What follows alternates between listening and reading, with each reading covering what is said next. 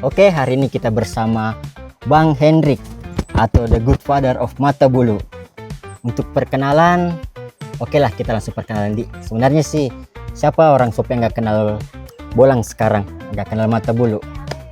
Oke, yang pertama Mas Hendrik aslinya dari mana Bang? Saya dari Cianjur, Cianjur, Jawa Barat. Terus yang sering orang tanyakan, kenapa Sopeng? Mungkin itu sudah nasib saya. Kenapa saya bisa terdampar di Sopeng? Pasti ada sebabnya dong. Ada sebabnya itu, salah satunya pasti nasib dan takdir. Maksudnya Keduanya saya ikut sama perusahaan dulu, perusahaan Pinus yang ngelola di Kabupaten Sopeng. Terdamparlah saya di Mata Bulu. gitu ya.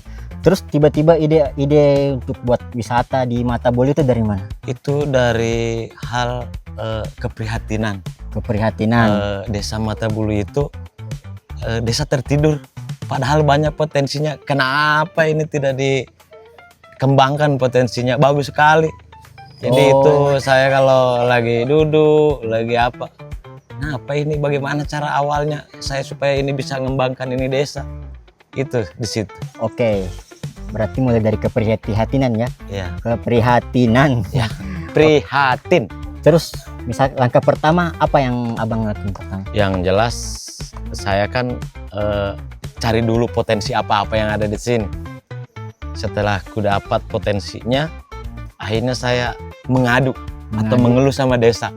Ya. Bisakah ini didanain sama desa? Desa respon ya? Alhamdulillah, almarhum dulu kepala desa yang dulu respon. Ya. Jadilah begitu. Oh gitu ya. Gitu. Terus memang berapa lama prosesnya itu Bang? Sampai jadi sekarang? Prosesnya itu memang lama. Awalnya kami swadaya, 0 rupiah. 0 rupiah, belum ada. Saya dulu gitu. bikin kotak amal di sini. Ya. Namanya Ceningatita. Ceningatita. Nggak tahu bahasa Bugisnya itu, mungkin seikhlasnya. Berarti yang donatur orang luar atau orang yang datang ke sini. Oh. Yang foto-foto. Mereka support ya semua ya. Jadi uang kebersihan lah. Kebersihan. Setelah ini berjalan, desa juga tidak ragu lagi. Oh ternyata bagus. Akhirnya didanain sama desa melalui BUMDes. Gitu, jalan deh. Berarti yang sekarang ini Mata Bulu yang jadi favorit untuk BUMDes itu ya? Iya. Yang menghasilkan paling banyak situ ya? Iya, betul. Oke, terus pertanyaan lagi Bang. Kenapa nama disebut Lembah Cinta? Pasti ada alasannya dong. Ada lah. Apa? Dulu penasaran? Saya pertamanya ya. Saya sering istirahat di sini. Ya. Saya kelola Pinus. Ya, betul. Terus di sana cuman ada di sana ada tempat yang ada jaringannya. Ya. Zaman dulu bukan WA, BBM. Nah, di situ kalau istirahat saya ping itu chat calon istri saya. Kenalannya gimana kenalannya? Kenalannya sih iseng-iseng di kampung, siapa itu, ada kan nomor pin BB-nya gitu. Setelah itu akhirnya dapatlah, sering chat-chatan di situ. Akhirnya suatu saat ketemu di sini dan akhirnya menikah terjadi. Jadi untuk menjadi kenang-kenangan, kisah ya? prasasti kisah cinta saya, aku kasih nama ini Lembah Cinta. Asik, udah mirip-mirip Habibie Ainun ya. Kiranya seperti itu. Versi Mata Bulu. Itu kan tidak bisa dipungkiri, suatu saat kalau saya meninggal, Lembah Cinta pasti ingatnya sama saya. Oh iya, jadi ada kenang-kenangan, ada warisan ya. Ya betul. Tapi sekarang hebat loh, sudah dikenal Mata Bulu, sudah dikenal ke seluruh di luar Sopeng lah begitu. Alhamdulillah. Makassar datang. Terus kalau misalkan sering datang itu dari mana Bang? Makassar. Contoh malam kemarin ya. Kita kedatangan dari Sidrap, bermalam di sini. Ada juga dari Makassar. Dan alhamdulillah malam ini banyak sekali. Iya, tadi saya lihat rame ya. Iya. Jadi banyak dari luar kota. Paling banyak itu pengunjung saya dari Sengkang. Dari Sengkang ya? Dari Sengkang itu sekitar 60% orang Sengkang di sini. Oh, biasanya malam minggu. Malam minggu, hari biasa, iya. Senin.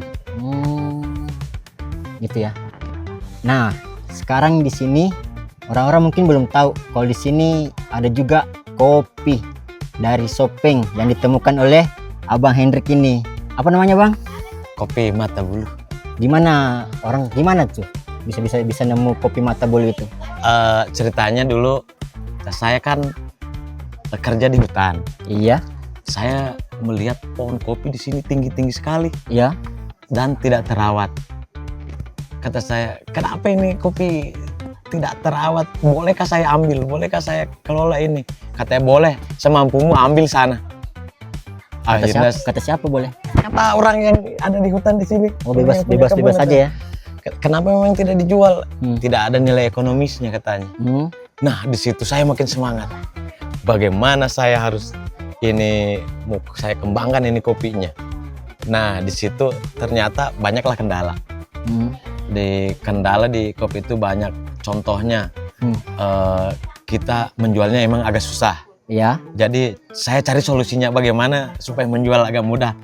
Jadi dibantu. Tidak, saya cari bikinkan brand.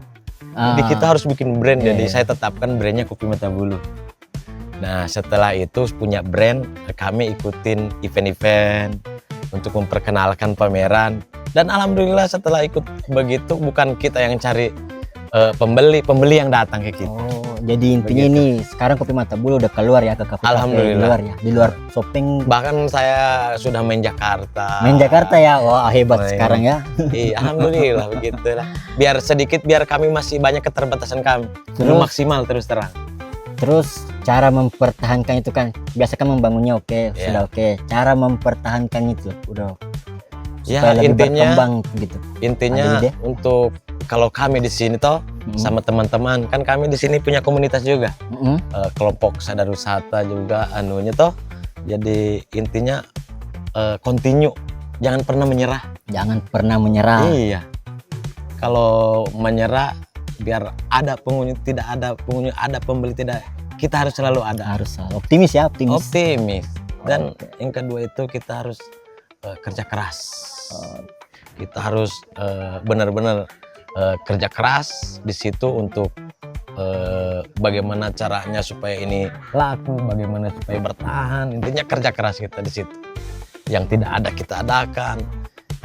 Ada juga lagi kita itu harus kerja ikhlas. Ya. Yang kita lakukan harus dibarengi ikhlas hati kita. Kalau nggak ikhlas nggak jadi-jadi ya. Iya. Setelah itu saya harus kerja tuntas juga. Tuntas. Harus selesai ini. Nih Bang Hendrik ini orangnya optimis banget ya. Harus. Satu juga harus optimis. Jadi kita punya kerja keras, kerja ikhlas, kerja tuntas. Nah sekarang di era digital kita harus kerja cerdas. Jadi kita tambah lagi. Jadi lebih ke online begitu promosinya ya. Iya. Jadi kita harus kuat juga main di online untuk mempertahankan ini. Oke. Pertanyaan untuk Bang Hendrik. Bang Hendrik kan sudah berapa lama di sini? Saya sudah 8 tahun. Berarti otomatis sudah mengenal dong wilayah-wilayah Mata Bulu di sini. Kalau masalah mengenal, dari ujung timur Mata Bulu sampai ujung barat sudah saya lalui ke situ. Iya, soalnya udah perkembangan sampai di sana ya, ada terjun di sana juga ya. Betul. Kami di Mata Bulu semuanya bisa. Potensi. Ada juga kita punya beberapa situs di sini. Ada juga kita beberapa objek wisata di sini. Kita penasaran dengan situsnya. Di sini ada 3 situs. Situs Peta Bulu Matandre, situs Peta Awo, situs Peta Banyuwangi. Maksudnya itu tempat jadi apa gitu? Dia itu salah satu makam tua, makam kuno. Makam kuno. Dulu di atas itu ada sebuah kerajaan lah intinya. Sebuah kerajaan ya. Ya. Jadi termasuk tempat bertua juga begitu ya? Betul. Ya. Sering rame kesana. Betul, rame setiap hari. Berarti bisa jadi tempat wisata juga dong, orang-orang dari luar berkunjung. Ya, mungkin dikatakannya wisata religius. Wisata religius, betul sekali. Oke, buat yang penasaran nanti kita akan ke situs-situ bersama Bang Hendrik ini. Oke. Situs apa namanya Bang? Situs Peta Bulu Matandre. Mata Bulu Matandre, situs kan 3. Situs Peta Awo. Peta Awo. Situs Peta Banyuwangi. Peta Banyuwangi. Jauh ya lokasinya ya? Kalau dari sini sekitar 1 kilo. 1 kiloan ke Peta Awo 5 kilo, ke Peta Banyuwangi 3 kilo. Pas lagi. Oh, kalau kita kesana berarti rame dong ya kalau kesana. Rame. Ada hari-hari tertentu rame? Kecuali hari Jumat. Kecuali hari Jumat. Konon katanya kalau hari Jumat di sana itu tidak ada yang anunya. Dia lagi sholat Jumat di Mekah. Oh, ada mitos begitu juga ya? Mitosnya. Jadi makanya hari Jumat itu tidak ada orang sana. Oh, memang sih kalau tempat-tempat begitu pasti ada mitos-mitos yang dipercaya masyarakat. Iya. Gitu ya. Jadi untuk yang penasaran, tunggu saja kita ke sana. Oke, yang terakhir Bang, sebelum kita selesai. Apa yang Abang kalau mendengar kata Sopeng, apa yang paling Abang pikirkan gitu? Apa yang paling terus terang, pertama kata Sopeng pastinya satu kelelawar. Yang kedua orang Sopeng itu tidak bakalan kelaparan, di mana-mana ada makanan. Itu. Yang ketiga ramah. Oke. Yang keempat gengsi agak tinggi di sini. Sama kayak di tempat sebenarnya saya gitu. Iya juga sih. Tapi tenang, di sini kita bahas semuanya, mau baik mau buruk kita bahas semuanya di sini, Bang. Di Sopeng Uncover. Oke, Bang, pesan terakhir nih. Coba buat kepada penonton, Abang ajak orang-orang ke sini buat menikmati wisata, gimana promosinya, Bang? Abang silahkan. Tentunya para penonton jangan lupa ke desa wisata Matabulu. Soalnya banyak sesuatu di desa Matabulu yang mungkin belum Anda pernah rasakan, Anda tidak tahu di sini ternyata banyak potensi. Datang aja deh langsung ke Matabulu. Oke teman-teman, hari ini sudah selesai mini podcast kita hari ini bersama Abang Hendrik. Untuk video selanjutnya kita akan membahas lebih dalam lagi tentang Sopeng. Jadi subscribe channel ini, atau bisa juga tinggalkan komen, tulis apa yang bikin penasaran atau apa yang bikin kangen di kota Sopeng. Nanti kita akan jawab atau kita jadikan video selanjutnya. Oke? Jangan lupa deh dipencet loncengnya. Jangan lupa dipencet loncengnya biar kita lebih semangat. Dadah. Ceki jerot.